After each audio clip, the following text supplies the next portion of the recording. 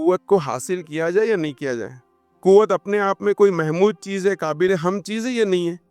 تو اس پہ بھی ہم کنفیوز ہیں۔ حالانکہ آپ دیکھیے، جب نبی کریم صلی اللہ علیہ وسلم مدینہ میں داخل ہوئے ہیں، اس سے پہلے اللہ تعالیٰ نے جو دعا آپ صلی اللہ علیہ وسلم کو سکھائی ہے وہ یہ ہے، وَقُلْ رَبِّ أَدْخِلْنِي مُدْخَلَ صِدْقٍ وَأَخْرِجْنِي مُخْرَجَ صِدْقٍ وَاجْعَلْنِي مِن لَّدُنْكَ سُلْطَانًا نَصِيرًا، کہ اے نبی آپ یہ دعا کریں کہ اے میرے پروردگار، مجھے جہاں بھی لے جا ادھر سچائی کے ساتھ لے جا، جہاں سے نکال وہاں سچائی کے ساتھ نکال، اور میرے پاس ایک غلبہ اور امداد مقرر فرما، مجھے غلبہ دے، مجھے طاقت دے، مجھے قوت دے۔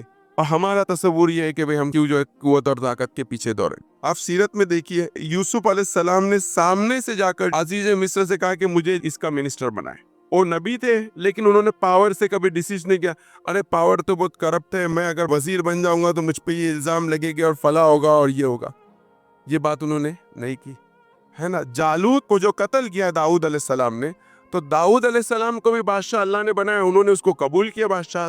انہوں نے کہا نہیں نہیں نہیں، میں تو بہت نیک ہوں، میں بہت سمجھدار ہوں، لیکن میں اس پالیٹکس میں پڑھنا نہیں چاہتا۔ کہنے کا منشا یہ کہ طاقت اور قوت اپنے آپ میں کوئی برائی نہیں۔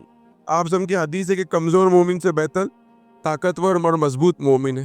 تو ایک انسان کو بہتر انسان بننے کے لیے صرف شعور کی ضرورت نہیں ہے، صرف علم کی ضرورت نہیں، اس کو بہتر انسان بننے کے لیے مال اور طاقت کی بھی کیا ہے ضرورت ہے۔